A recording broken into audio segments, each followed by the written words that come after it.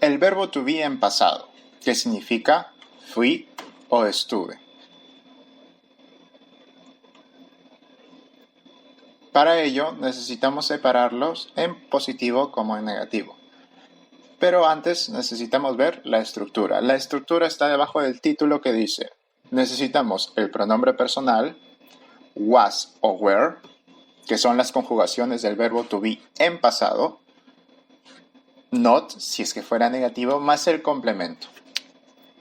El verbo to be en pasado significa fui o estuve. No significa estaba. Estaba es otro tiempo verbal. Significa fui o estuve. Para ello tenemos que ver las siguientes conjugaciones. En forma positiva se diría I was, yo fui o yo estuve. You were, tú fuiste o tú estuviste. He, she, is, was. You, we, they, were. Esas serían las conjugaciones en lo que es la forma positiva. Ahora, la forma negativa, como ustedes sabrán, existe la separada o la contraída. Vamos a ver las pronunciaciones. I was not o I wasn't. You were not o you weren't. He was not o he wasn't. She was not o she wasn't. It was not o it wasn't. You were not o you weren't. We were not o we weren't.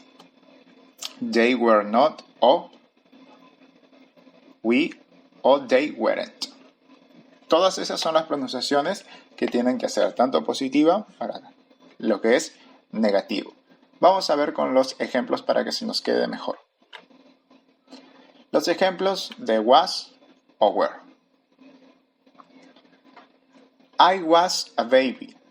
Yo fui un bebé. ¿Cómo sería en forma negativa?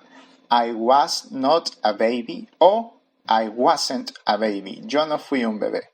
Y en forma interrogativa sería was I a baby? Yo era un bebé. Se puede responder de dos formas. Yes, I was. Sí, yo fui. O no, I was not o I wasn't. No, no fui. Veamos con el siguiente ejemplo. They were a soldiers. Ellos fueron unos soldados. Veámoslos en forma negativa.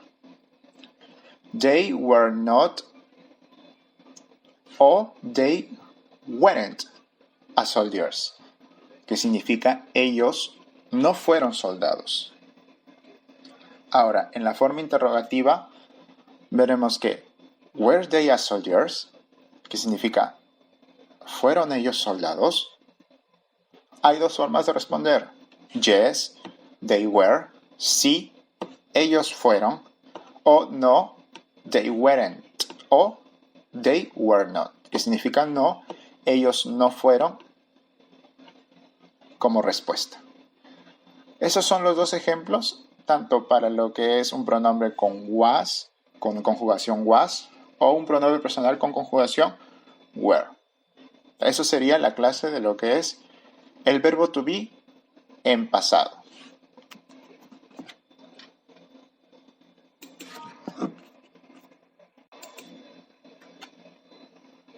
Finalmente veremos las estructuras finales del verbo to be en pasado, que son las siguientes. En la forma positiva necesitamos un pronombre personal, was o were, más el complemento.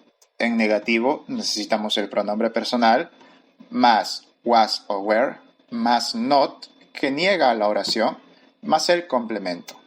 Y en la tercera estructura, en la forma interrogativa, necesitaríamos primero was, were, luego el pronombre personal y finalmente el complemento.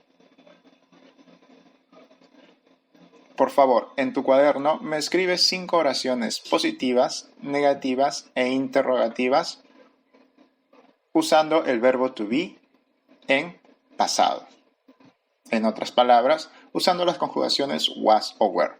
En las estructuras finales están la forma positiva, la forma negativa y la forma interrogativa. No necesitas más datos. Todo depende de tu creatividad. Recuerda que necesitas pronombres personales, las conjugaciones del verbo to be que son was o were y los complementos y ordenarlos tanto para que sean positivo, para que sea negativo y para que sea interrogativo.